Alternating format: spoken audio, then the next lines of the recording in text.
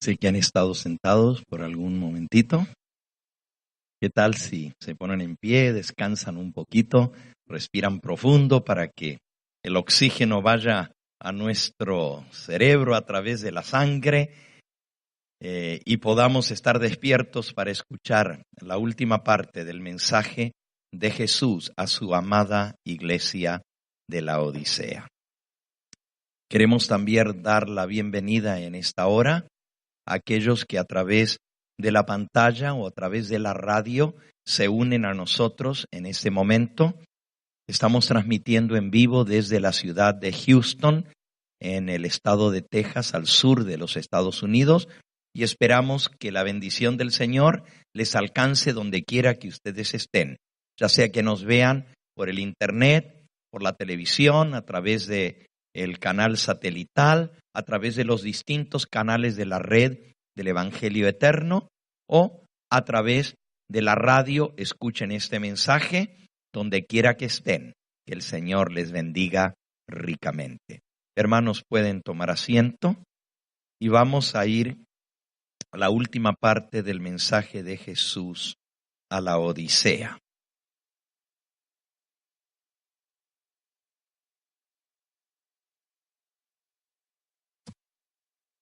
En el año 1888, Dios envió a su iglesia un mensaje que había de sacudir hasta el corazón, hasta los cimientos, a ese pueblo que había sido levantado por Dios para anunciar el último mensaje de salvación. Ese mensaje era el mensaje preparado por el cielo para despertar de su letargo espiritual, de su somnolencia a las vírgenes dormidas, para sacudir la comodidad de la Odisea y para poder despertar no solo al pueblo, sino capacitarlo para terminar la obra, porque Cristo en 1888, estamos hablando de más de 120 años atrás. Y lo que voy a decir los va a sorprender. En 1888, Cristo estaba a punto de venir a esta tierra. Y usted dice, ¿cómo? La lluvia tardía comenzó a caer y la mensajera del Señor identificó los primeros chubascos de la lluvia tardía. En ese gran congreso que se celebró justamente en el estado de Minnesota, en la ciudad de Minneapolis, donde delegados de todas las iglesias adventistas de distintas partes habían venido para ese congreso de la Asociación General. Dios escogió a 2 mensajeros para traer ese reavivamiento en su iglesia remanente. Esos 2 mensajeros se conocen por su apellido más que por sus nombres de pila: Wagoner y Jones. Elliot Wagoner y Alonzo Jones eran sus nombres. Eran hombres relativamente jóvenes. Wagoner era médico, aunque había sido ordenado como pastor de la iglesia adventista también, habiéndose preparado en el área de teología, pero era médico. Jones era un pastor joven, no llegaba ni a los 30 años de edad, pero Dios los escogió para traer un mensaje que habría de sacudir a la iglesia adventista. Y era el mensaje, el testimonio de Jesús a la iglesia de la Odisea. Porque ya la mensajera del Señor había identificado la condición de la iglesia como la condición de la Odisea. Ya hablamos de esto en la presentación anterior, lo que esto significaba. Era algo grave decir que la presencia de Dios no estaba en la iglesia.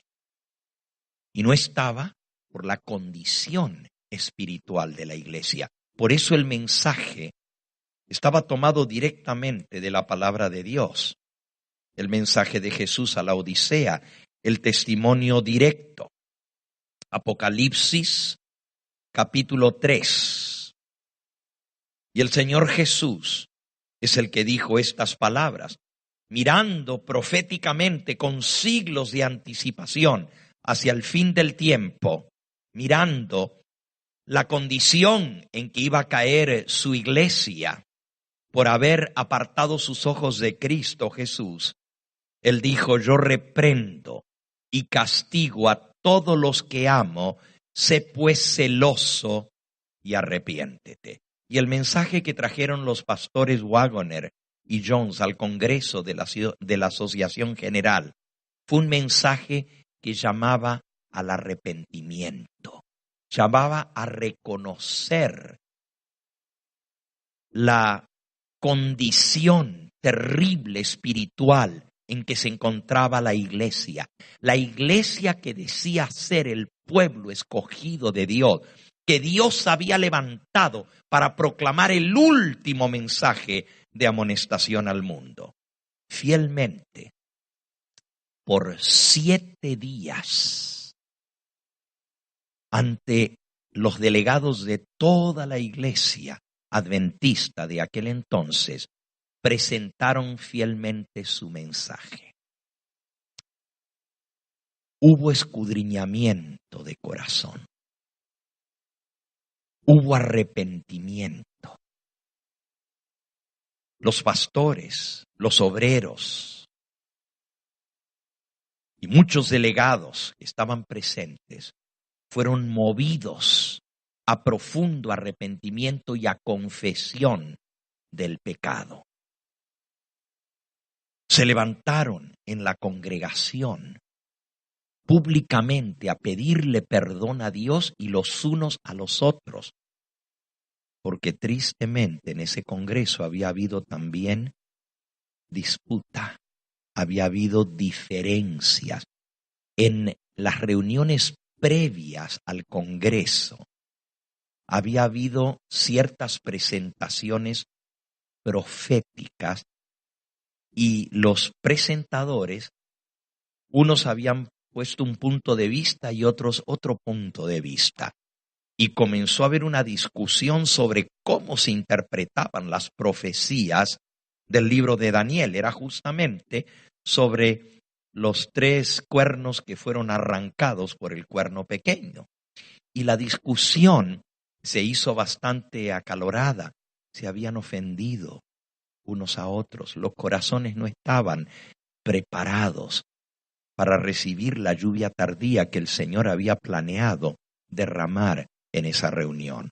Pero los mensajes del pastor Wagoner y Jones movieron el corazón de muchos. La mensajera del Señor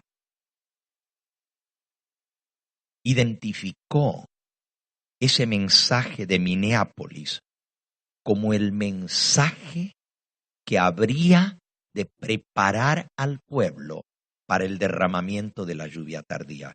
Y antes de hablarles directamente de ese mensaje, quiero decirles que en ese momento, en octubre de 1888, había una ley ante el Congreso de los Estados Unidos.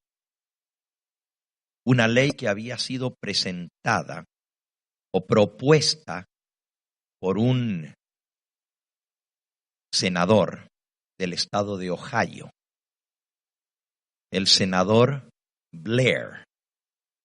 Y este había traído ante el Congreso de los Estados Unidos la propuesta de una ley para pasar por ley en todos los Estados Unidos el descanso dominical obligatorio para toda la nación. Una propuesta de una ley nacional para hacer del domingo el día de descanso obligatorio. Ya las leyes dominicales existían en muchos estados de los Estados Unidos. Algunas de esas leyes estaban vigentes desde la época de la colonia americana. Estamos hablando del año 1888. Pero en 1776, 100 años antes, Estados Unidos se había constituido una nación. Pero ya las 13 colonias originales tenían, de alguna manera u otra, leyes que hacían del domingo un día de reposo. Muchas de esas leyes de las colonias americanas se habían incorporado en las constituciones estatales. Y había varios estados que ya tenían leyes dominicales. Otros estados que fueron componiendo la Unión Americana adoptaron leyes similares. Y en el año anterior, 1887 y el año 1888, decenas de hermanos adventistas en varios estados de Estados Unidos habían caído presos por ser acusados de violar las leyes dominicales. Había hermanos que tenían más de un año de estar ya presos en la cárcel, acusados de ser traidores contra las leyes, de ser violadores de las leyes, porque defendían la libertad de conciencia y no querían ser obligados a hacer algo que iba en contra de su conciencia. Había multas e incluso hermanos habían sido castigados físicamente en la cárcel por estar violando la ley que mandaba el descanso dominical. Había varios hermanos adventistas que tenían meses de estar en la prisión. Y al promulgarse una ley nacional, iba a traer un estado de emergencia, un estado de tribulación, una hora de prueba para todos los guardadores del sábado en los Estados Unidos de Norteamérica. Nosotros, como conocedores del mensaje adventista, de lo que dice Apocalipsis capítulo 13 y de lo que enseña el espíritu de profecía, cosas que ya estaban escritas en esa época, a la cual estamos haciendo alusión, sabemos que la ley dominical es el gatillo que dispara los acontecimientos finales. Al promulgarse la ley dominical, primero en los Estados Unidos, esto trae un estado de emergencia, un estado de tribulación para el pueblo que quiere ser fiel a los mandamientos de Dios y un tiempo de persecución. A eso le llamamos el tiempo de angustia, el tiempo de tribulación. Incluso el Señor Jesús habló de esto y dijo que seríamos entregados a tribulación. San Mateo capítulo 24. En ese sermón profético que describe las señales del tiempo del fin, ¿qué señal habrá de tu venida y del fin del mundo? El Señor Jesús, después de mencionar las principales señales que anunciarían que su venida estaba cerca, Él dijo, Mateo 24, versículo 9, los versículos anteriores los conocemos, habrá guerras, rumores de guerras, hambres, pestilencias, desastres, terremotos, etcétera, etcétera. Y entonces Él dice, versículo 8, y todo esto será principio de dolores, y entonces os entregarán a tribulación y os matarán. Y seréis aborrecidos de todas las gentes por causa de mi nombre. Muchos tropezarán entonces, se entregarán unos a otros y unos a otros se aborrecerán. Todo esto estaba escrito. Y el pueblo adventista, hace 120 años atrás, estaba viendo ya el cumplimiento de estas palabras de persecución. Y esperaban que esto se pusiera aún peor con una promulgación de una ley dominical nacional. Elena de White había aconsejado a hermanos que vivían en estados donde había leyes dominicales estrictas que se mudaran de estado. Eso había aconsejado ella. Tal cual como lo dijo el Señor Jesús en Mateo capítulo 10. Fíjense lo que el Señor Jesús, las instrucciones que Él dio. Dice el versículo 17, guardaos de los hombres, porque os entregarán a los concilios, y en sus sinagogas os azotarán, y aun ante gobernadores y reyes seréis llevados por causa de mí, para testimonio a ellos y a los gentiles. Mas cuando os entreguen, no os preocupéis por cómo o qué hablaréis, porque en aquella hora os será dado lo que habéis de hablar, porque no sois vosotros los que habláis, sino el Espíritu de vuestro Padre que habla en vosotros. El hermano entregará a la muerte al hermano, el padre al hijo. Los hijos se levantarán contra los padres y los harán morir, y seréis aborrecidos de todos por causa de mi nombre. Mas el que persevere hasta el fin, éste será salvo. Cuando os persigan en esta ciudad, huid a la otra. Así que el mismo Señor Jesús dijo, cuando hay persecución aquí, váyanse al otro lugar. Y así Elena de White estaba aconsejando a hermanos que vivían en estados con leyes restrictivas dominicales, con fuertes castigos, encarcelamiento y aún castigos físicos, porque les ponían multas. Pero la segunda vez eran golpes físicos en algunos estados. Y no crean, todavía esas leyes están vigentes en algunos estados, aunque parezca increíble. No se están poniendo en práctica, pero todavía están escritas en los cuerpos legislativos de esos estados. Y después de eso venía el encarcelamiento. Pero ahora estaban frente al peligro de una ley nacional. Elena de White explica que todo el escenario estaba preparado para los acontecimientos finales. Si se hubiera aprobado la ley dominical en 1888, hubiera venido el fin.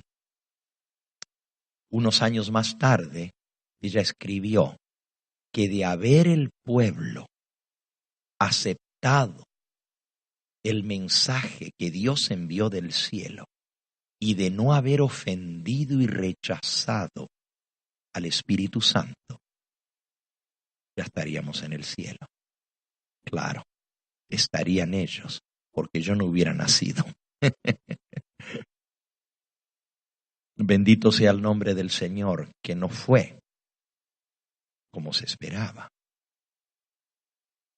Que todavía Dios tuvo misericordia, pero ¿a qué costo? ¿A qué costo vino eso?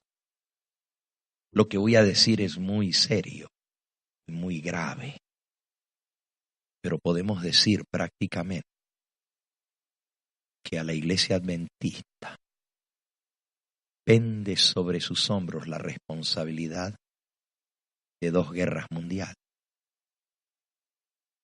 y de muchas otras desgracias que han sucedido desde entonces hasta ahora. Porque si el Señor hubiera venido, nunca hubiera habido una primera guerra mundial y una segunda guerra mundial. Si el pueblo hubiera aceptado el mensaje. ¿Qué pasó? ¿Qué sucedió? Ese capítulo de la historia de la iglesia adventista es uno de los capítulos más tristes es uno de los capítulos más negros de nuestra historia.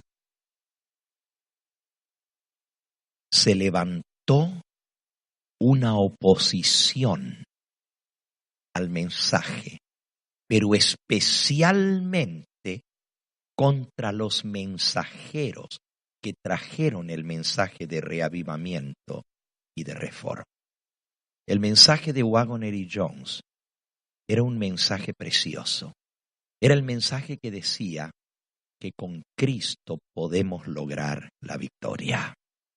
Que el hombre es impotente por sí mismo para lograr vivir una vida santificada, para estar preparados para recibir el sello de Dios.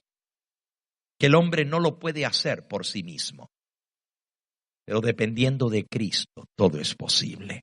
Llamaba al pueblo a reconocer su condición de haberse apartado de los mandamientos de Dios, de no haber sido obedientes al mandato del Señor, a reconocer su responsabilidad, a arrepentirse profundamente y a venir al Señor para ser no solo perdonados, sino capacitados por el Espíritu Santo para poder cumplir la misión que Dios les había llamado.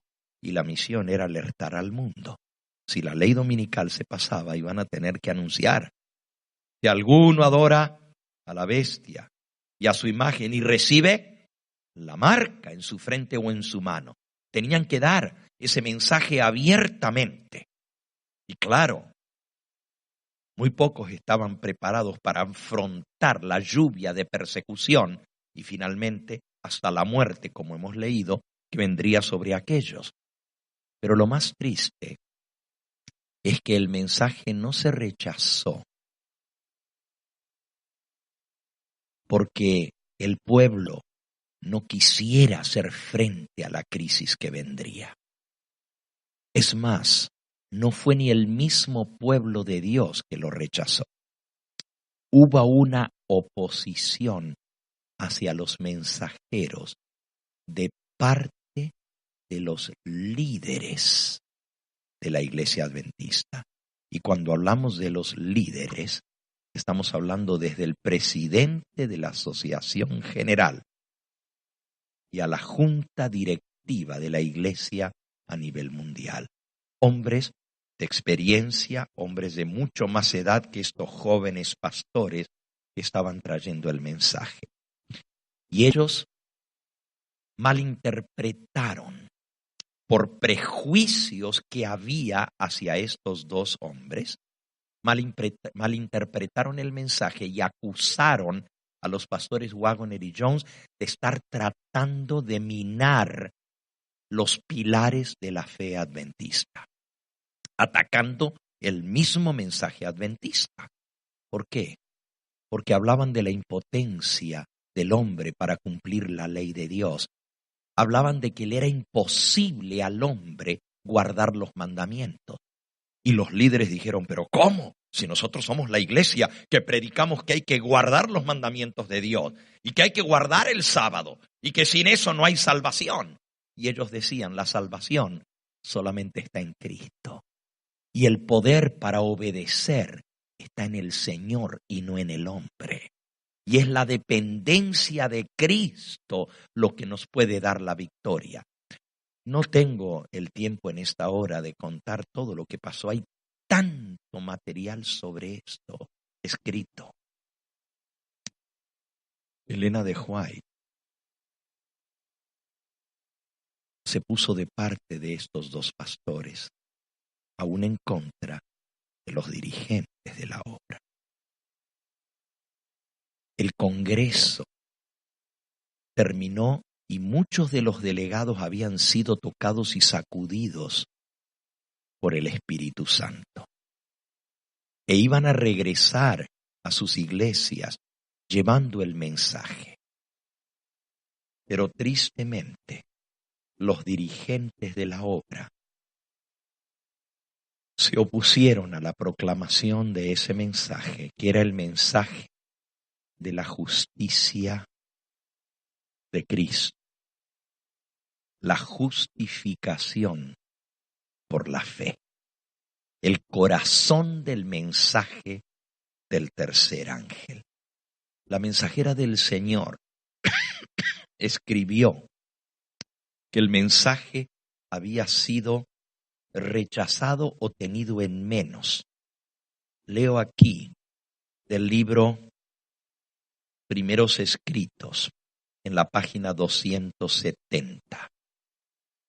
Pregunté cuál era el significado del zarandeo que yo había visto, y se me mostró que lo motivaría el testimonio directo que exige el consejo que el testigo fiel dio a la iglesia de la Odisea.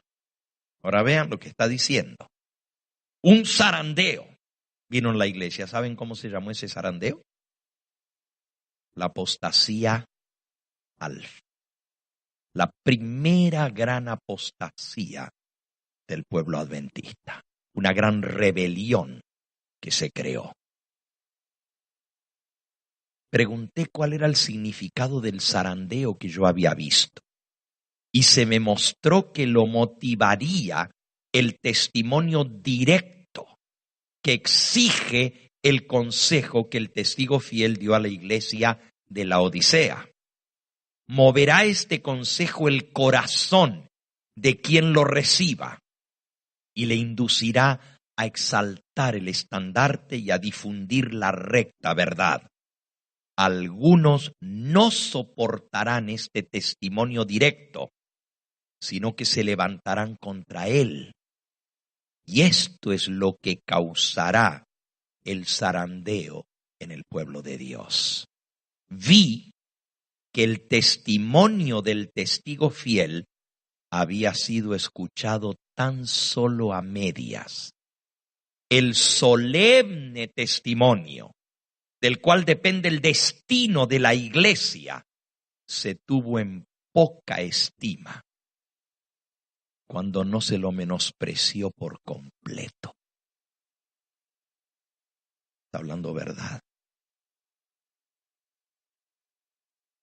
Vi que el testimonio del testigo fiel había sido escuchado solo a medias.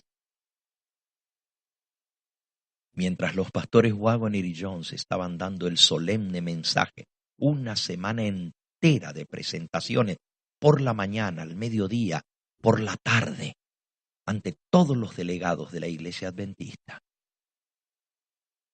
En ese congreso. Un congreso en la iglesia adventista es lo equivalente a un concilio de toda la iglesia, con representantes del mundo entero. Y allí, en Minneapolis, estaban los representantes de todas las iglesias adventistas.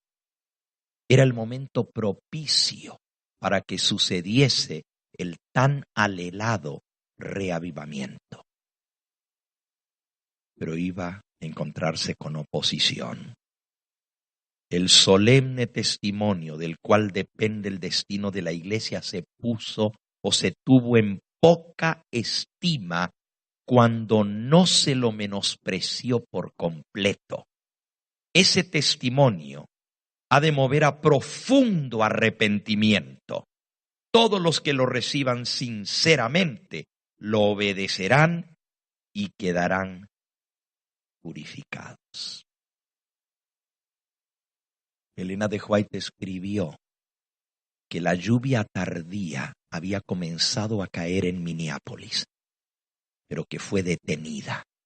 El Espíritu Santo se sintió ofendido, contristado, blasfemado, y se retiró. Venía a dar la bendición, pero por la actitud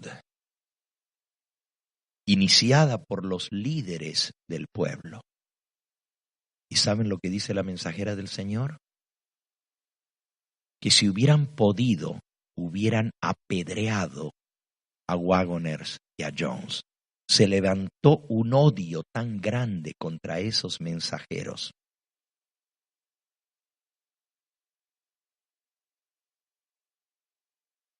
después del Congreso, muchos de los que lo habían escuchado y muchos habían aceptado el mensaje de los delegados, aún de pastores de distintos lugares, querían que estos pastores vinieran a sus iglesias a dar el mensaje para reavivar al pueblo. Y ellos comenzaron a visitar distintos estados para ir a llevar este mismo mensaje ahora a las iglesias. El presidente de la conferencia de Michigan, el presidente de la conferencia de Colorado, el presidente de la Asociación General escribieron cartas diciendo no los inviten. No es el mensaje de Dios, es un falso mensaje. Esas cartas circularon y eventualmente se les cerraron las puertas. Pero sucedió algo bastante molesto para los dirigentes.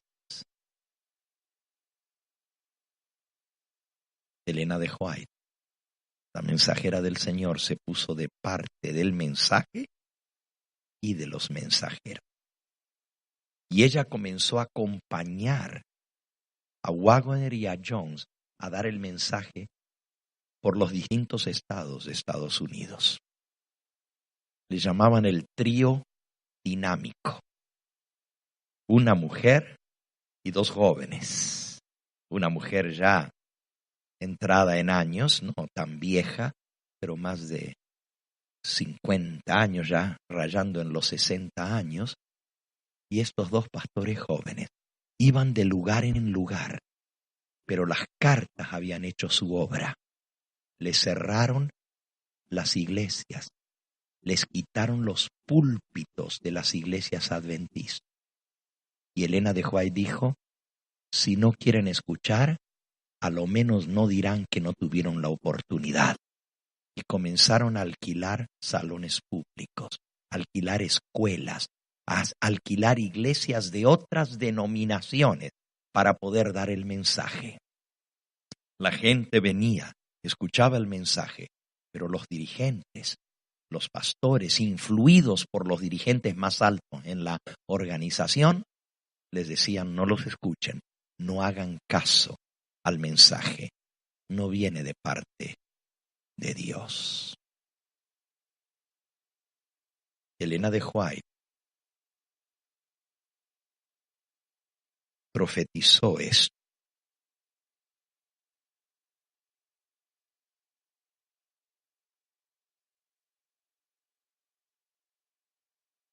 Quiere que se repita la proclamación del testimonio directo, que se repita la proclamación del testimonio directo dado, ovación espiritual. Las energías espirituales de su pueblo han permanecido adormecidas por mucho tiempo, pero deben resucitar de esa muerte aparente. Por la oración y la confesión de nuestros pecados, debemos preparar el camino para el Rey. Debemos preparar el camino para el Rey de Reyes. El mensaje tenía que ser dado. Esto es Eventos de los Últimos Días, página 180. Pero entonces escuchen lo que ella profetizó.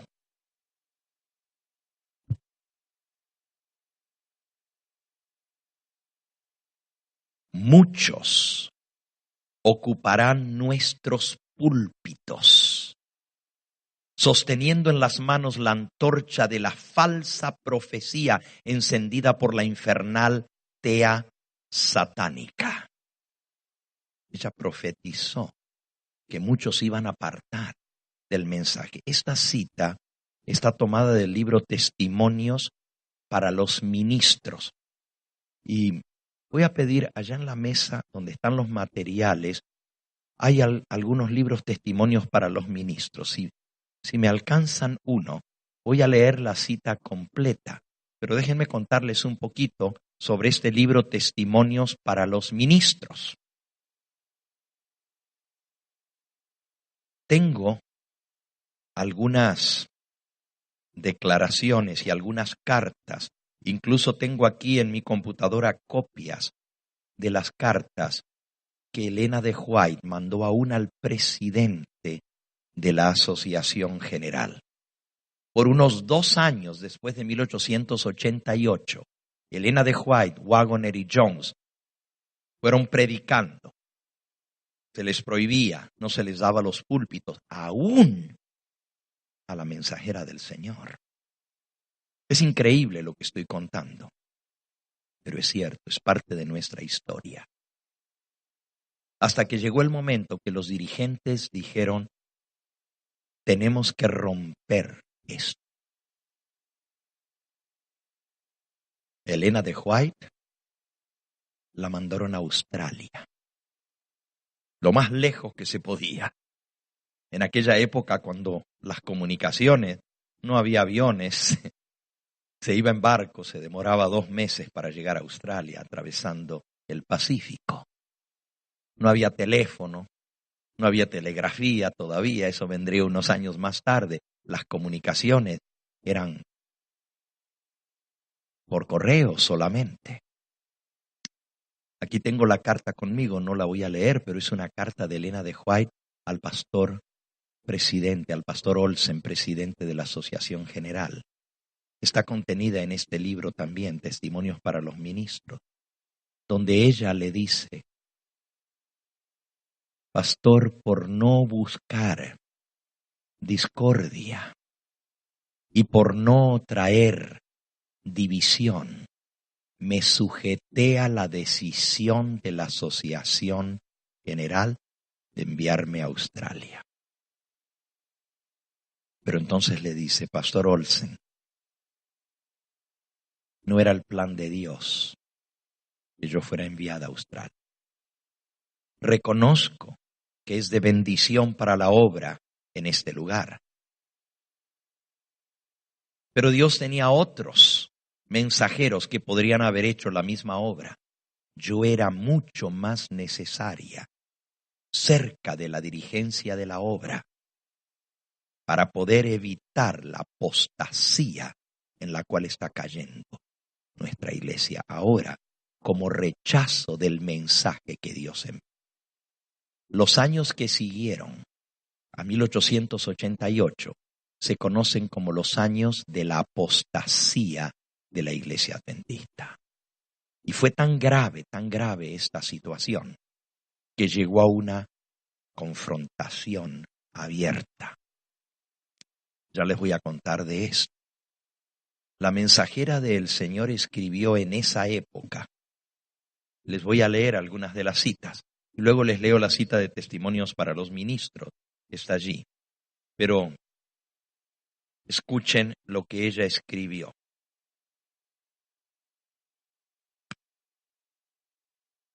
Recibí confirmación. Página 49 de Eventos de los Últimos Días.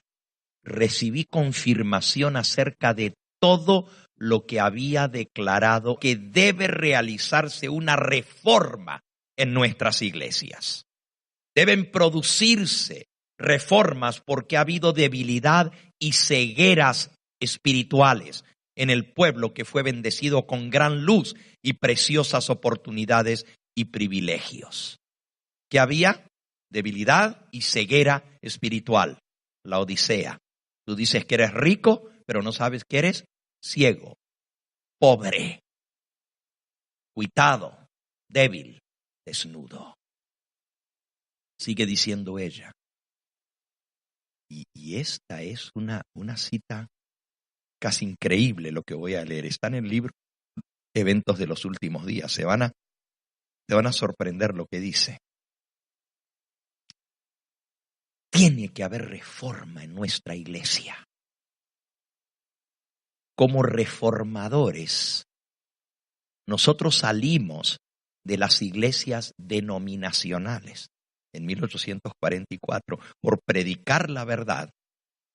Fueron echados de esas iglesias, fueron desfraternizados por creer en la verdad. Elena de White y su familia, todavía ella era soltera, tenía 16 años, era miembro de la iglesia metodista en la ciudad de Portland, Maine. Su familia entera eran metodistas. El papá de ella era diácono de la iglesia, y en la iglesia metodista el diácono no es el que recoge la ofrenda, es el que predica. Era predicador en la iglesia metodista. Habían sido expulsados de la iglesia por adherirse, según decía la iglesia metodista, a doctrinas fanáticas sobre el retorno de Cristo. Y ella escribe: como reformadores, habíamos salido de las iglesias denominacionales, pero ahora nuestras iglesias juegan un papel semejante al que habían desempeñado las iglesias. No sé si captan la magnitud de lo que ella está diciendo. Nos echaron de esas iglesias por predicar la verdad. No les dejaban hablar. Hasta se paraban en la escuela dominical a hablar algo de la venida del Señor Jesús, con la Biblia en la mano, y los mandaban a callar, los mandaban a sentar, y eventualmente, y los mandaban a callar, los mandaban a sentar, y eventualmente los expulsó.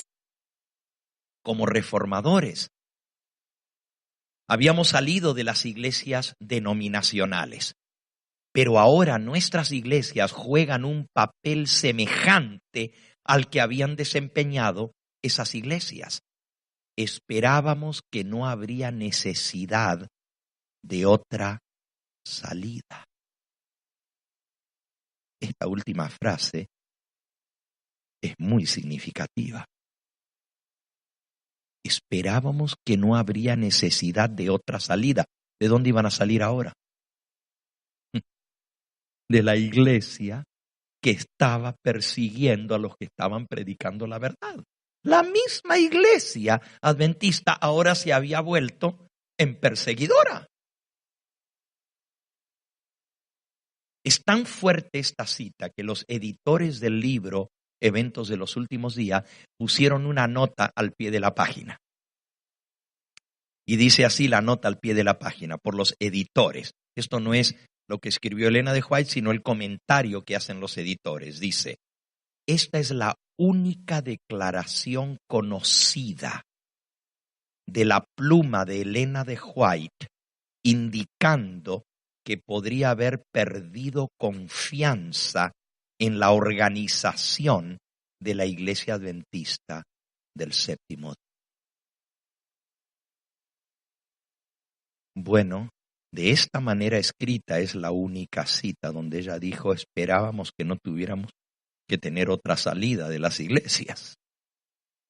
Es cierto que en ningún otro lugar lo puso de esa manera, pero aquí en el mismo libro hay algunas otras citas que son también muy significativas.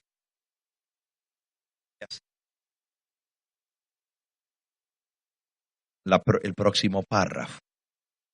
De aquellos que se jactan de su luz y sin embargo no andan en ella, y ya vimos de su luz y sin embargo no andan en ella, y ya vimos, a pesar de tener la luz, son la iglesia de la Odisea. Cristo dice: por tanto os digo que en el día del juicio será más tolerable el castigo para Tiro y Sidón que para vosotras. Y tú, Capernaum, y ella pone entre paréntesis, adventistas del séptimo día que han tenido, adventistas del séptimo día que han tenido tan grande luz. Tú, que eres levantada hasta el cielo en materia de privilegios, hasta el Hades serás abatida, porque si en Sodoma se hubieran hecho los milagros que han sido hechos en ti, destruida. Está diciendo que los adventistas del séptimo día, que tuvieron tan grande luz pero rechazaron el mensaje, son peores que los homosexuales de San Francisco. Son peores que los homosexuales de San Francisco. Y porque los dos Sodoma, eso era el pecado de Sodoma. Y dice: si se hubieran hecho los milagros que se hicieron en ti, Sodoma no hubiera sido destruida. Ellos se hubieran convertido, pero ustedes, adventistas del séptimo día, dice ella, son más duros que los sodomitas. Y la cita que sigue a esa, inmediatamente, la próxima frase dice, la iglesia se encuentra en el estado laodicense, la presencia de Dios no está en su medio. Esa fue la condición terrible en la que cayó la iglesia. Por eso la inspiración pone la iglesia de la Odisea después de Filadelfia. Pero de Filadelfia dice que va a pasar por el tiempo de angustia y que de allí van a salir los 144,000 sellados en su frente y que van a estar vivos para la venida del Señor, como ya lo hemos leído esta mañana. Pero ahora aparece la Odisea. Ahora entienden por qué. Sigue diciendo, estoy todo leyendo en la página, comencé en la página 49, ahora estoy en la página 50 del libro Eventos de los Últimos Días. La asociación general misma está corrompida, con equivocados sentimientos y principios. Los hombres se han aprovechado de los que suponían que estaban bajo su jurisdicción. Estaban decididos a que esas personas se sometieran a sus condiciones. Querían gobernar a toda costa. El poder despótico que se ha desarrollado, como si el cargo hubiera convertido a los hombres en dioses, me hace temer y debe producir temor. Es una maldición donde quiera que se lo ejerza y quien quiera lo ponga en práctica.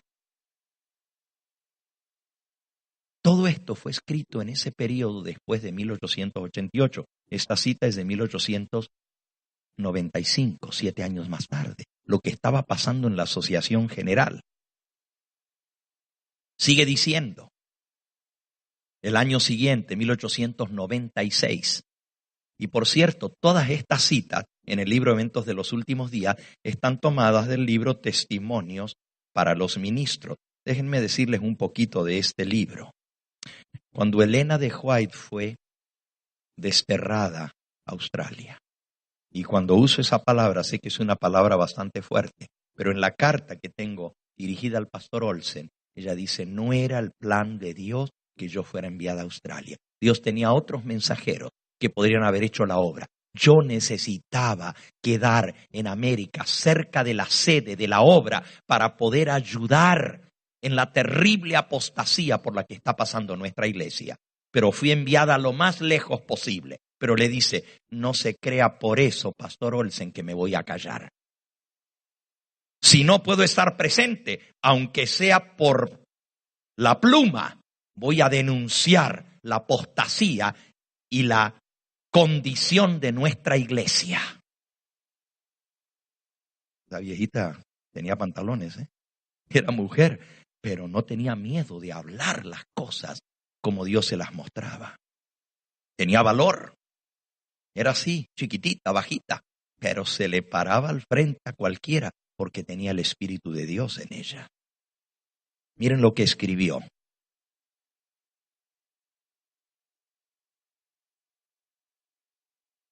La voz de Battle Creek. ¿Qué era Battle Creek? La sede de la Asociación General, donde estaba la Conferencia General.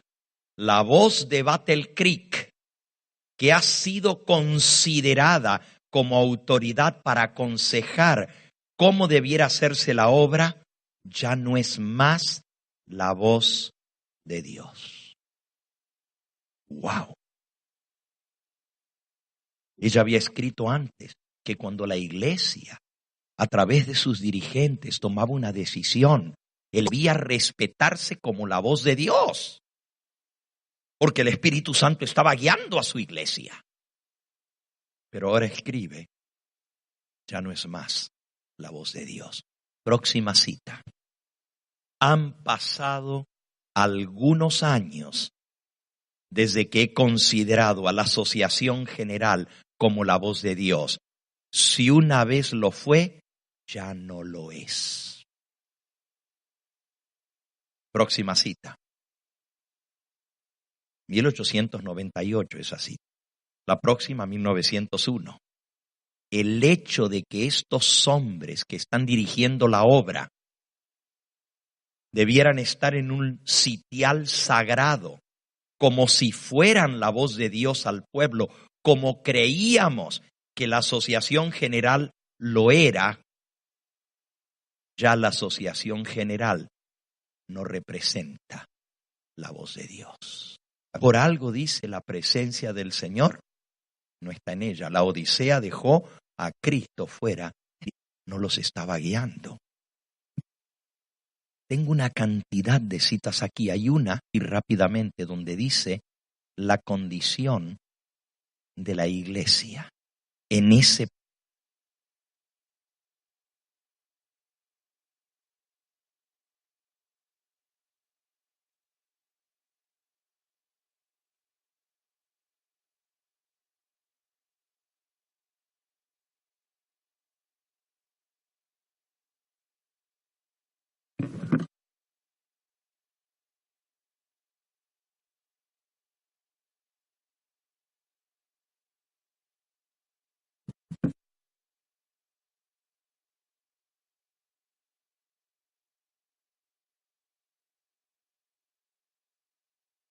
escuchen esta cita. 1888.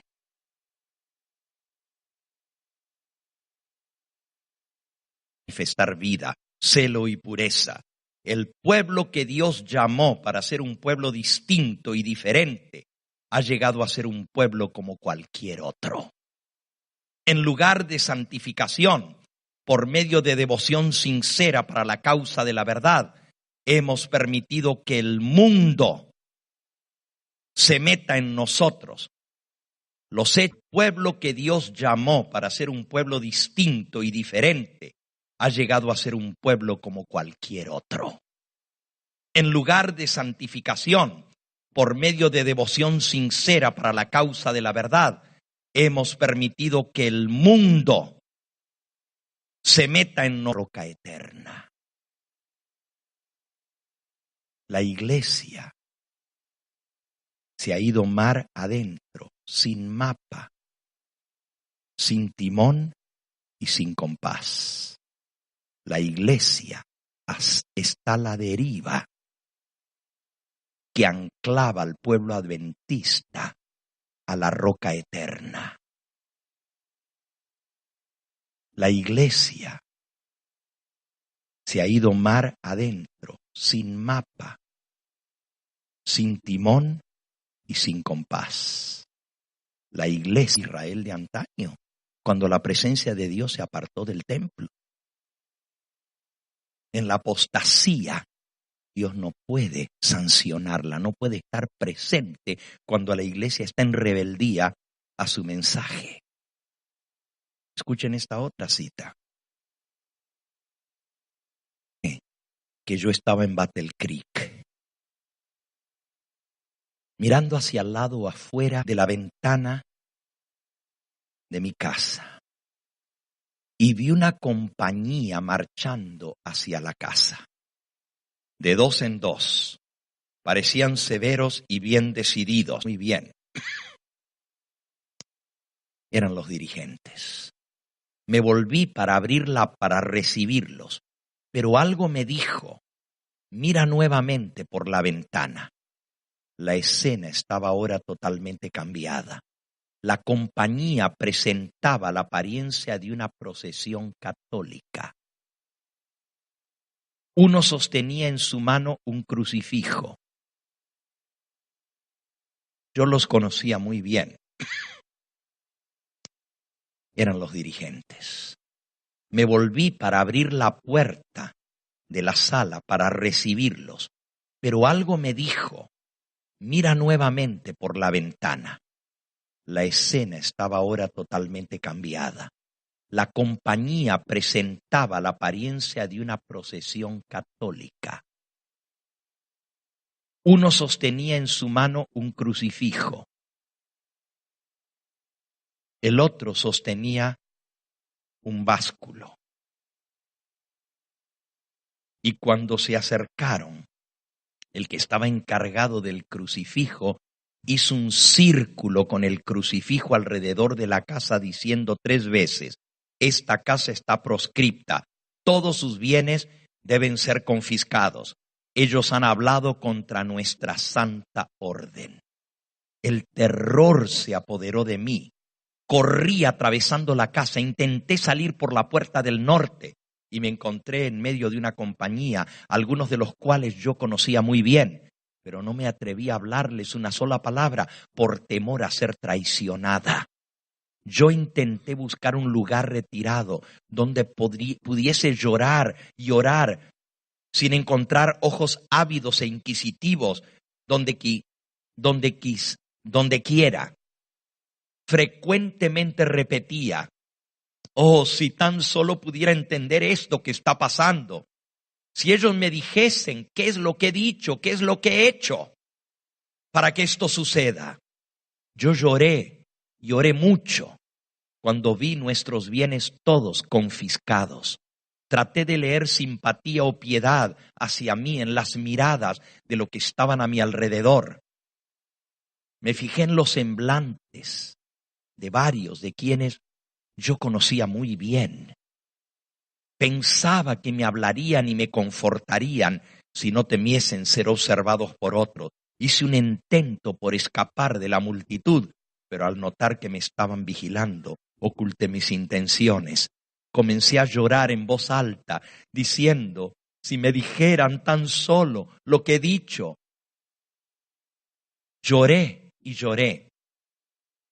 Mi esposo estaba durmiendo en una cama al lado de la mía, en el mismo cuarto. Me oyó llorar en voz alta y me despertó. Mi almohada estaba toda empapada con mis lágrimas y una triste depresión estaba sobre mí. Esta visión hablaba de la traición de la iglesia, de la infiltración que iba a suceder. En ese periodo negro de nuestra historia, tan triste, cuando se rechazó el Espíritu Santo, la mensajera del Señor escribió lo siguiente: la iglesia adventista del séptimo día debe ser pesada en la balanza del santuario.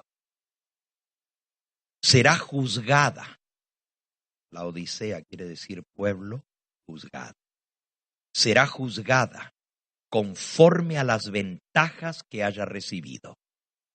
Si su experiencia espiritual no corresponde a los privilegios que el sacrificio de Cristo le tiene asegurados, si las bendiciones conferidas no la capacitaron para cumplir la obra que se le confió, se pronunciará contra ella esta sentencia: pesada fuiste en balanza y fuiste allanada de fuego, y la espada la tenía encima del cric. Luego vio otra visión, con un ángel con la espada de Sembenjeral, la casa publicadora principal de la iglesia adventista. Ahora miren lo que pasó. Dice aquí al pie de la página, comentario de los editores del libro.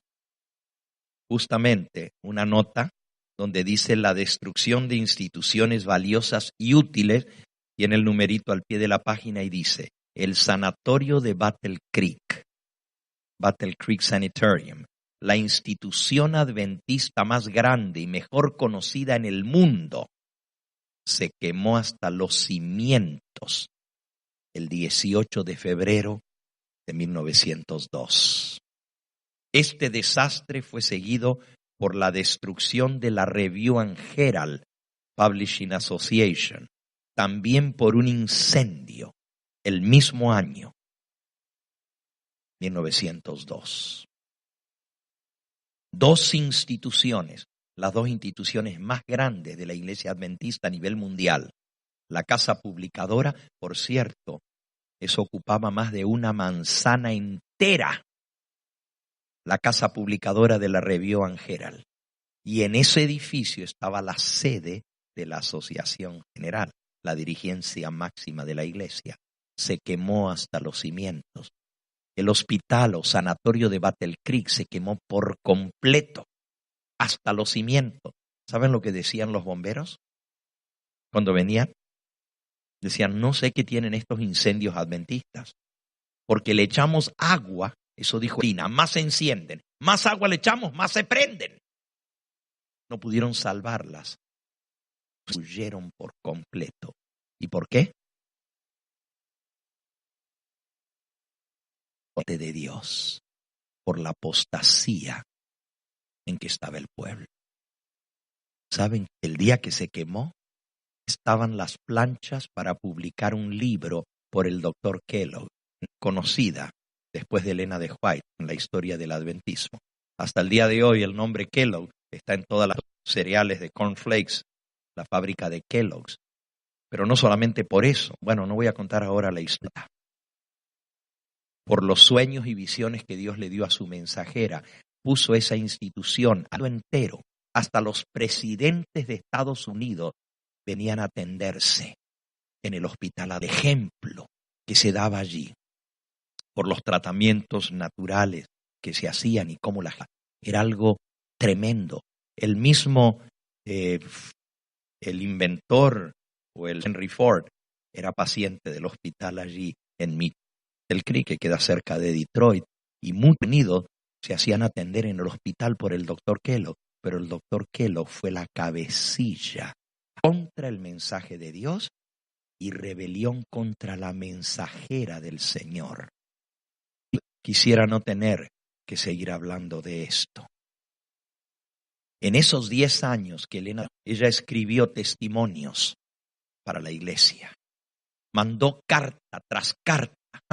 Eventualmente se publicaron en este libro que se llama Testimonios para los Ministros. No más para los ministros, para los pastores, por el título que tiene. Pero es uno de los libros más directos, espíritu de profecía, hablando de la apostasía en la iglesia. Ahora, Elena de White dijo que esa fue la posibilidad, que el día que la figura adventista más conocida después de Elena de White en la historia, estaban en las gigantescas prensas para imprimir un libro, recaudar fondos, la venta de ese libro para construir o ampliar. El Señor había dicho que Dios no quería del doctor Kellogg. Él era el director del sanatorio adventista. Por los sueños y visiones que Dios le dio a su mensajera, puso esa institución a la vanguardia de la salud en el mundo entero. Hasta los presidentes de Estados Unidos venían a atenderse en el hospital adventista. El ejemplo que se daba allí por los tratamientos naturales que se hacían y cómo la gente se traía la semilla de la apostasía, doctrinas falsas, frontal, y se le paró al doctor Kellogg, la figura más influyente en la denominación adventista, porque aunque no era el presidente de la Asociación General, él manipulaba al presidente de la Asociación General, por la que él tenía, siendo el director del hospital, la institución más grande y más hacían atender en el hospital por el doctor Kellogg, pero el doctor Kellogg fue la cabecilla en la apostasía. Rebelión contra el mensaje de Dios y rebelión contra la mensajera del Señor, Elena de White. Es muy triste este capítulo de la historia. Quisiera no tener que seguir hablando de esto. En esos 10 años que Elena de White estuvo en Australia, esa iglesia de Battle Creek también se quemó por la rebeldía del pueblo y la apostasía. Dios termina diciendo la cita, sabe humillar de las solemnes advertencias que nos han sido dadas por la destrucción de instituciones valiosas. Recuerda, por tanto, de dónde has caído y arrepiéntete y haz las primeras obras. Amén. Por la apostasía se arrepienta y se convierta de corazón hasta que se aborrezca a sí misma. Qué triste. La iglesia probada en la balanza del santuario. La Odisea será hallada falta. Pesada fuiste en balanza y fuiste hallada falta. Yo sé que hay mucho más para hablar. No quiero continuar. Yo puedo hablar toda la noche de este tema. Pero quiero decirles lo siguiente. El mensaje de Jesús a la Odisea es muy singular. La receta de ingredientes. Vamos de vuelta a Apocalipsis, capítulo 3. Iglesia Adventista del séptimo día. Necesidad de ninguna cosa. ¿No sabes que tú eres un desventurado, miserable, pobre, ciego y desnudo? Por tanto, yo te aconsejo. Este es el consejo del testigo fiel a la iglesia de la Odisea. El que fue rechazado, el que fue tenido en menos, pisoteado. Yo te aconsejo que de mí compres oro refinado en fuego para que seas rico. ¿Qué es el oro refinado en fuego? La mensajera del Señor dice que el oro refinado en fuego es la fe que es probada a través de las pruebas y vicisitudes. Es la fe que nos va a dar la victoria. Y eso es lo que a la iglesia de la Odisea le falta, la fe para vencer. Y esta es la victoria que vence al mundo, nuestra fe, dice el apóstol Juan. Que de mí compres oro refinado en fuego, para que seas rico, y vestiduras blancas para vestirte y que no se descubra la vergüenza de tu desnudez. ¿Qué son las vestiduras blancas? El manto precioso de la justicia de Cristo.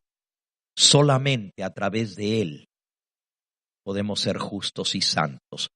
Su justicia nos es imputada y nos es impartida. La justicia imputada es el perdón de nuestra rebeldía, de nuestra apostasía, de nuestro pecado. Y la justicia imputada es lo que el Espíritu Santo hace al entrar en nosotros y transformarnos, hacernos justos por la gracia. Dios termina diciendo la cita, sabe humillar a los que actúan con soberbia. Dice, las solemnes advertencias que nos han sido dadas por la destrucción de instituciones valiosas y útiles, nos dicen, recuerda por tanto de dónde has caído y arrepiéntete y haz las primeras obras. A menos que la iglesia, contaminada por la apostasía, se arrepienta y se convierta de corazón, comerá el fruto de sus propias obras hasta que se aborrezca a sí misma. Qué triste. La iglesia probada en la balanza del santuario. La Odisea será hallada falta. Pesada fuiste en balanza y fuiste hallada falta. Yo sé que hay mucho más para hablar. No quiero continuar. Yo puedo hablar toda la noche de este tema. Pero quiero decirles lo siguiente. El mensaje de Jesús a la Odisea es muy singular. La receta a la Odisea tiene 3 ingredientes. Vamos de vuelta a Apocalipsis, capítulo 3. Recuerden, esto representa a la iglesia adventista del séptimo día. Tú dices, yo soy rico, me he enriquecido y no tengo necesidad de ninguna cosa. ¿No sabes que tú eres un desventurado, miserable, pobre, ciego y desnudo? Por tanto, yo te aconsejo. Este es el consejo del testigo fiel a la iglesia de la Odisea, el que fue rechazado, el que fue tenido en menos, pisoteado. Yo te aconsejo que de mí compres oro refinado en fuego, para que seas rico. ¿Qué es el oro refinado en fuego? La mensajera del Señor dice que el oro refinado en fuego es la fe que es probada a través de las pruebas y vicisitudes. Es la fe que nos va a dar la victoria. Y eso es lo que a la iglesia de Laodicea le falta, la fe para vencer. Y esta es la victoria que vence al mundo, nuestra fe, dice el apóstol Juan. Que de mí compres oro refinado en fuego, para que seas rico, y vestiduras blancas para vestirte y que no se descubra la vergüenza de tu desnudez. ¿Qué son las vestiduras blancas? En el seno del pueblo de Dios. Muchos alababan a Dios, los enfermos eran sanados, se efectuaban otros milagros y advertía un espíritu de oración, como lo hubo antes del gran día de Pentecostés. Vendrán siervos de Dios con semblantes iluminados y resplandecientes de santa consagración. Se apresurarán de un lugar a otro a proclamar el mensaje celestial. Miles de voces predicarán el mensaje por toda la tierra. Se realizarán milagros, los enfermos sanarán y señales y prodigios seguirán a los creyentes. Esto es bajo el capítulo El fuerte clamor. Página 206 y 207 de Eventos de los Últimos Días. Pero miren qué interesante esto otro. La próxima cita, el próximo párrafo. Permítanme decirles que el Señor actuará en esta etapa final de la obra en una forma muy diferente de la acostumbrada, contraria a todos los planes humanos. Habrá entre nosotros personas que siempre querrán controlar la obra de Dios y dictar hasta los movimientos que deberán hacerse cuando la obra avance bajo la dirección de ese ángel que se une al tercero. ¿Cuál es el ángel que se une al tercero? El cuarto ángel. Habrá siempre gente que querrá controlar la obra de Dios y dictar hasta los movimientos que deben hacerse cuando la obra avance bajo la dirección de ese ángel que se une al tercero para dar el mensaje que ha de ser comunicado al mundo. Dios empleará formas y medios que nos permitirán ver que Él está tomando las riendas en sus propias manos. Alabado sea el nombre del Señor. Dios va a tomar las riendas de este movimiento adventista en sus propias manos. Los obreros se sorprenderán por los medios sencillos que utilizará para realizar y perfeccionar su obra en justicia. Nuevamente, tomado de Testimonios para los Ministros, página 300. Les recomiendo este librito. Si usted no lo tiene, consígalo. Es un libro que está al día, porque esto lo escribió Elena de White en la apostasía de la iglesia alfa, pero ella dijo que vendría una apostasía peor que esa, y le llamó la apostasía ¿qué? Omega.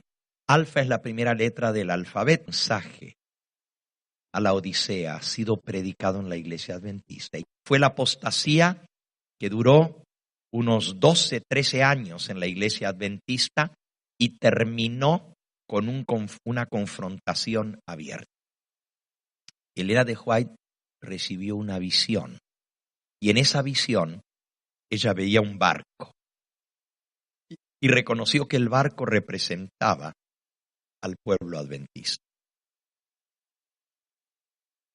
En visiones de la noche pasó delante de mí un gran movimiento de reforma en el seno del pueblo de Dios. Muchos alababan a Dios, los enfermos eran sanados, se efectuaban otros milagros y advertía un espíritu de oración, como lo hubo antes del gran día de Pentecostés. Años antes de que el Titanic se hundiese por haber rozado un témpano de hielo en el Atlántico. Y el barco entró a proclamar el mensaje celestial. Miles de voces predicarán el mensaje por toda la tierra. Se realizarán milagros, los enfermos sanarán y señales y prodigios seguirán a los creyentes. Esto es bajo el capítulo El fuerte clamor. Página 206 y 207 de Eventos de los Últimos Días. Pero mira, y escuchó una voz de autoridad que decía al timonel del barco: enfrenta el témpano de frente y embístelo. Una orden muy rara, porque normalmente los barcos lo que hacen es desviar el témpano. Es muy peligroso. Imagínense, si el Titanic era el barco más grande, mejor construido, indestructible le llamaban, con solo rozó el témpano de hielo y hundió el barco. Ahora, embestir un témpano de frente. Pero ella reconoció que el témpano representaba la gran apostasía de la iglesia y que la orden era: enfréntalo de frente, embístelo. Y ella dijo: yo no quería una confrontación, pero la orden fue muy clara de parte del Señor. Hay que hacerle frente. Y ella se puso enfrente de toda la dirigencia de la iglesia adventista. Y en reuniones históricas que fueron desde el año 1903 al 1904, un año entero de reuniones, hizo frente a la terrible apostasía. Ella vio en la visión que el barco, al embestir el témpano, se sacudía de una manera tal que parecía que el barco se iba a hundir. Dice que parecía una criatura viviente, cómo se sacudía para un lado, para el otro.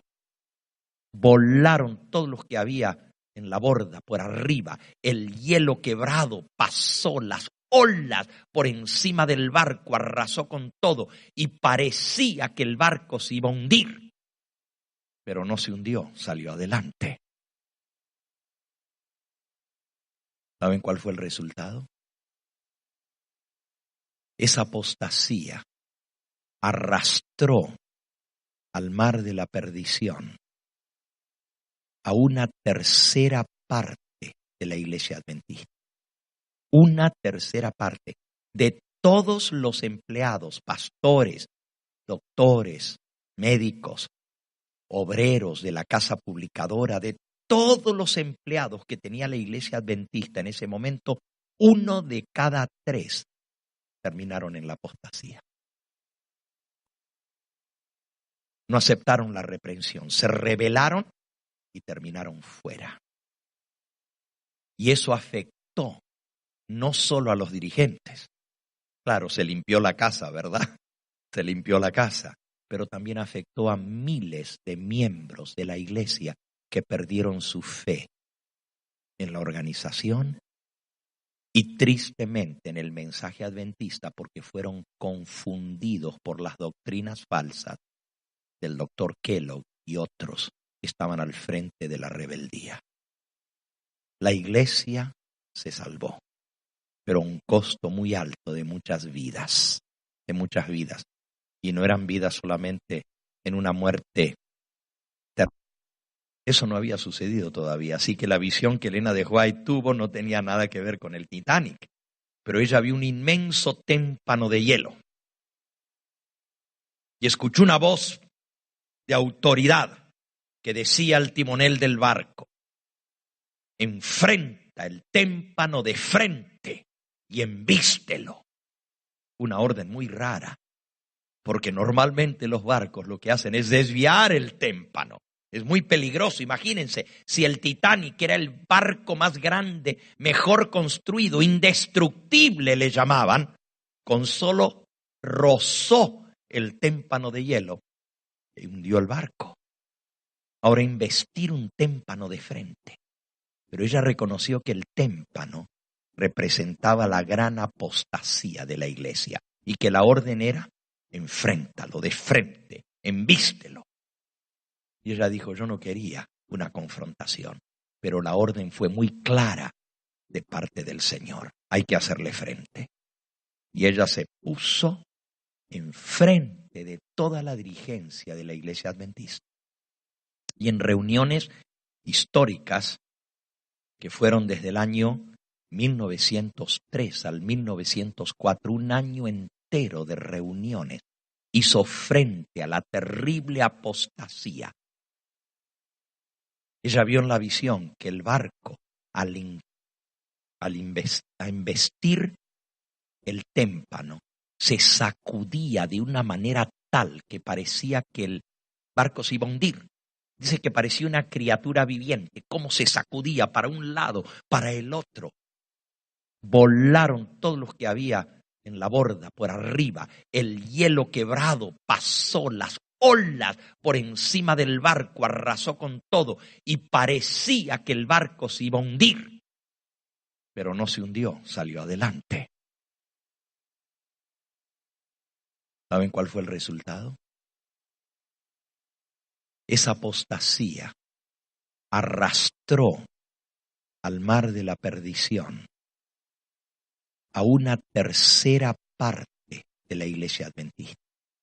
Una tercera parte de todos los empleados, pastores, doctores, médicos, obreros de la casa publicadora, de todos los empleados que tenía la Iglesia Adventista en ese momento, 1 de cada 3 terminaron en la apostasía. Porque no están perfeccionando sus caracteres delante de Dios, que tratan de ocultar sus apostasías y alejan a la gente de Dios. No tienen valor moral para hacer las cosas que los beneficiarán especialmente. No ven la necesidad de reformarse y así rechazan las palabras del Señor y odian a todo aquel que los reprende, a todo aquel que predica el mensaje del Señor.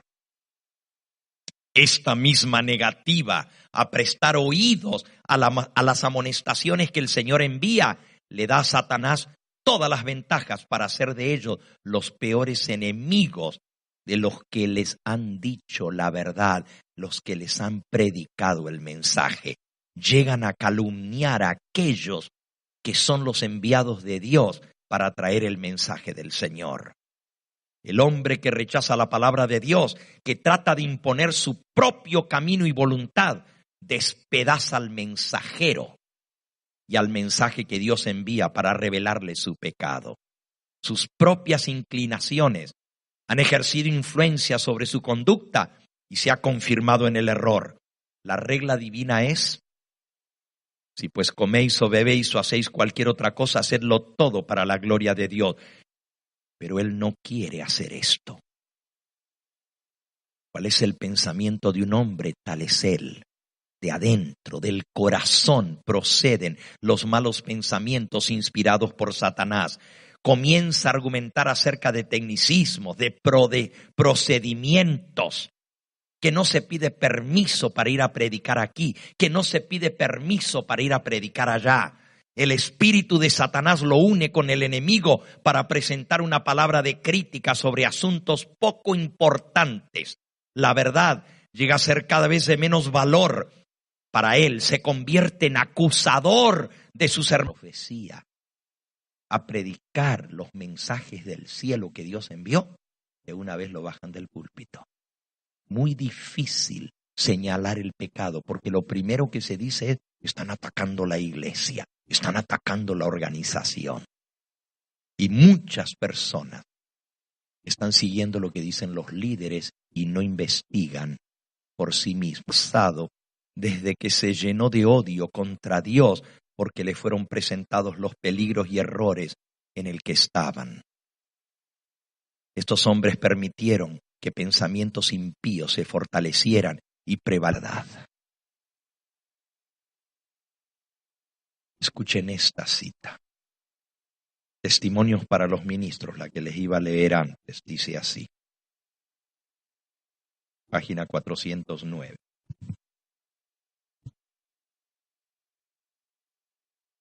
Es la fuente de la cual han surgido tantos males en la iglesia. Y ahora viene la cita que les quería leer. Ministros no santificados se están alistando en contra de Dios. Están alabando a Cristo y al Dios de este mundo al mismo tiempo. La Odisea. Mientras profesan recibir a Jesús, abrazan a Barrabás y por sus acciones dicen, no a este, sino a Barrabás. Presten atención todos los que leen y escuchan estas líneas. Satanás se ha jactado de lo que él puede hacer en la iglesia. Quiere destruir la unidad que debe de existir en la iglesia y por la cual oró Cristo. Dice Satanás, saldré y seré un espíritu mentiroso para engañar a los que pueda, para criticar, para condenar, para calumniar a los mensajeros del Señor. Albergue al engañador y al testigo falso, una iglesia que ha tenido tan grande luz, tan grande evidencia, y esa iglesia desechará el mensaje mismo que el Señor ha enviado y recibirá los más irrazonables acertos, falsas suposiciones y falsas teorías. Satanás se ríe de la insensatez de ellos, porque él sabe cuál es la verdad y cómo los tiene engañados. Muchos ocuparán nuestros púlpitos. ¿Cuáles púlpitos? Los de la iglesia adventista. ¿Cuántos dice? ¿Cuántos son muchos? Uno en Houston y otro en Dallas y otro en Austin. ¿Esos son muchos? Muchos ocuparán nuestros púlpitos sosteniendo en las manos la antorcha de la falsa profecía encendida por la infernal tea satánica. Si se albergan dudas e incredulidad, los ministros fieles serán retirados de entre aquellos que se creen saber tanto. ¿Quiénes van a ser retirados? Yo siempre pensé que en el zarandeo y en la apostasía, los que iban a quedar fuera iban a ser los infieles. Pero la mensajera del Señor dice, los ministros fieles serán retirados del pueblo que se cree saber tanto. Oh, si también tú conocieses, dijo Cristo, a lo menos en este tu día, lo que es para tu paz, mas ahora está encubierto de tus ojos. La Odisea no ve, está ciega, no entiende, no sabe. Hombre, cuán corrupta debe ser entonces. El conflicto crecerá en violencia. Satanás mismo aparecerá en el campo de batalla y se hará pasar por el mismo Cristo, tergiversará, aplicará torcidamente y pervertirá todas las cosas que él pueda para engañar, si fuera posible, aún a los escogidos.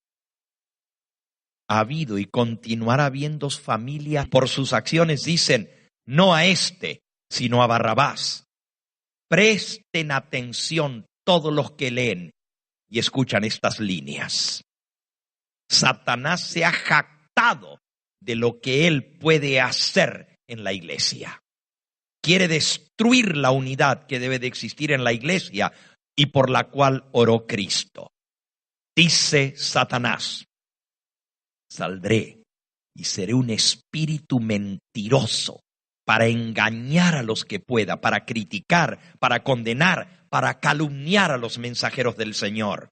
Albergue al engañador y al testigo falso, una iglesia que ha tenido tan grande luz, tan grande evidencia, y esa iglesia desechará el mensaje mismo que el Señor ha enviado y recibirá los más irrazonables acertos, falsas suposiciones y falsas teorías.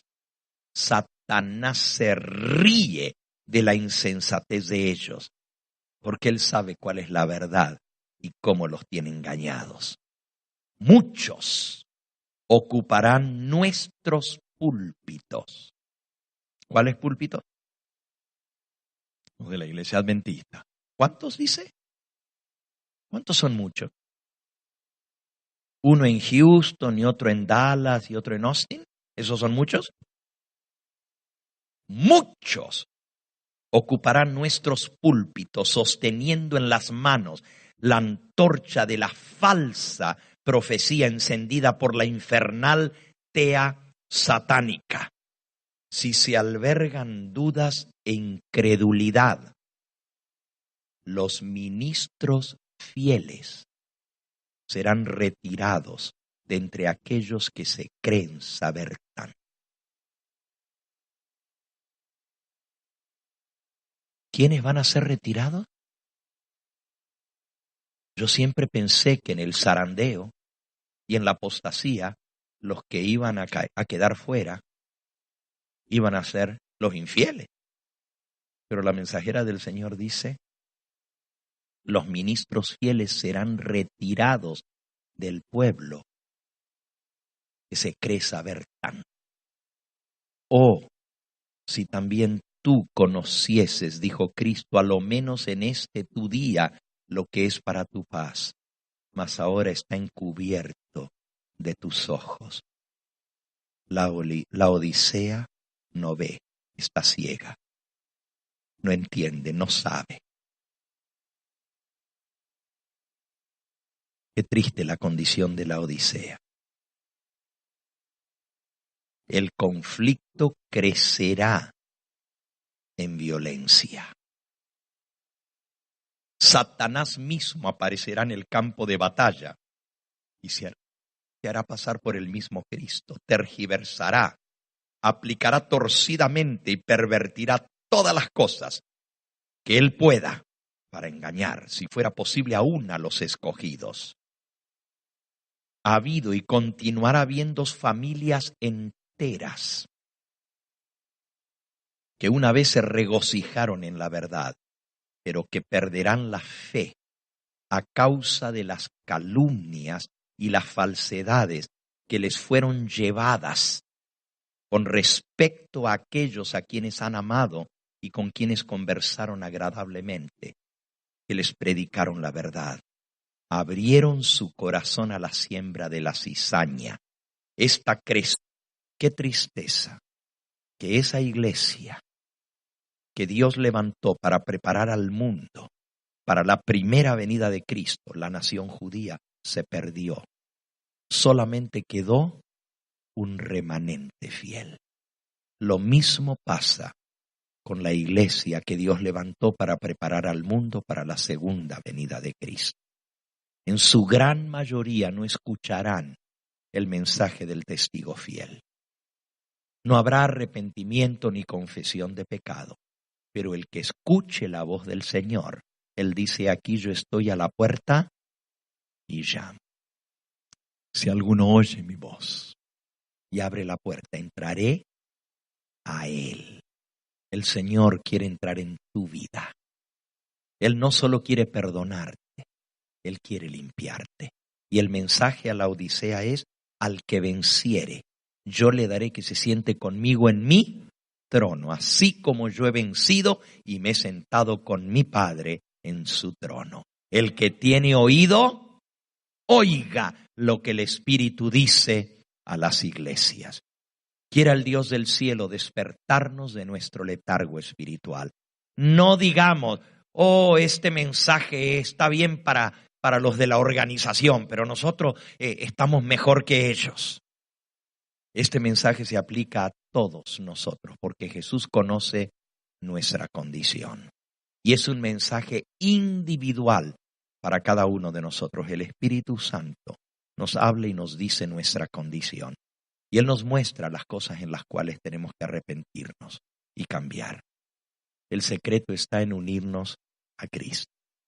El secreto está en aferrarnos de su mano poderosa, en comprar de Él el oro refinado en fuego, la fe que obra por el amor y purifica el alma.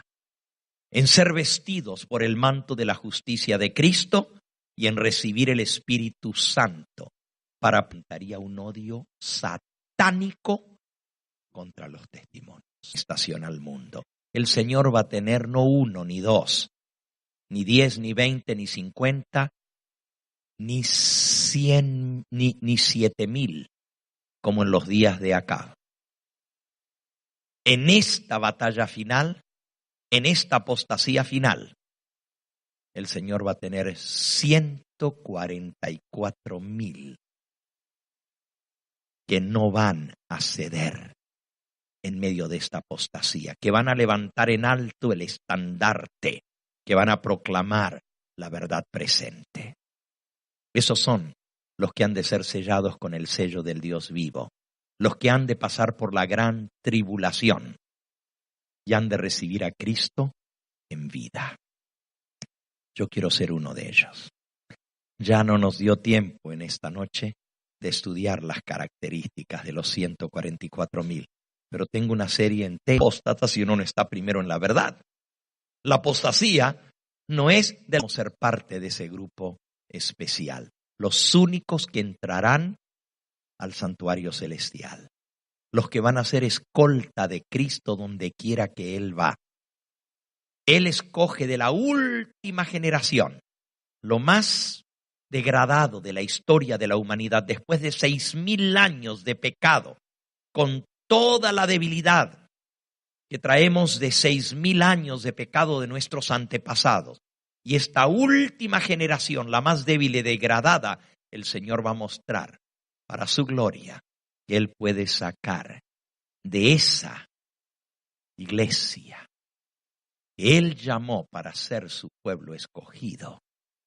Él puede perfeccionar a aquellos que le permiten obrar en su vida y reflejar el carácter de Cristo. Y Él va a poner su sello de aprobación sobre aquellos que, renunciando al mundo y a las cosas mundanales, fijan sus ojos en Cristo Jesús. Él es el único que puede darnos la victoria. Les recomiendo una serie que el hermano que está aquí al frente le tocó escuchar allá en el rancho.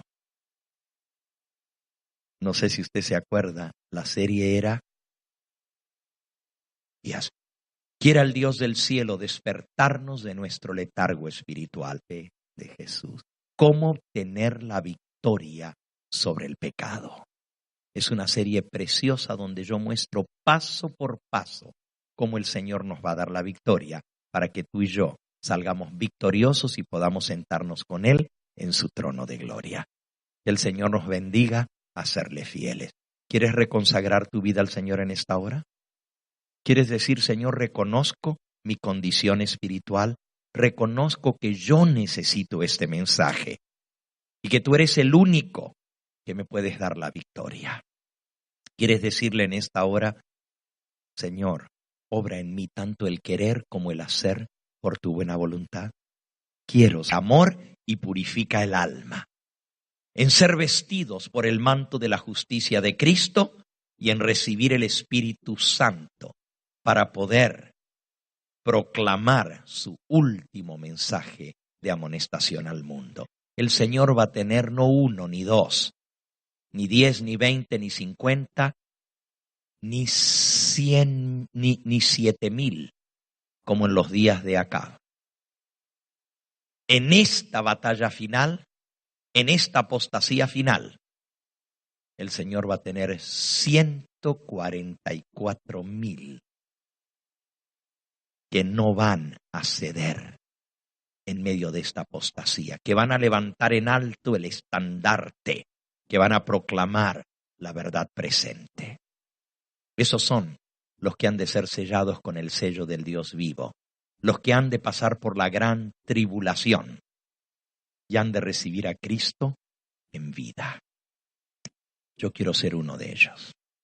Ya no nos dio tiempo en esta noche de estudiar las características de los 144,000, pero tengo una serie entera sobre los 144,000, sus características y cómo tú y yo podemos ser parte de ese grupo especial, los únicos que entrarán al santuario celestial. los que van a ser escolta de Cristo donde quiera que Él va. Él escoge de la última generación, lo más degradado de la historia de la humanidad, después de 6.000 años de pecado, con toda la debilidad que traemos de 6.000 años de pecado de nuestros antepasados.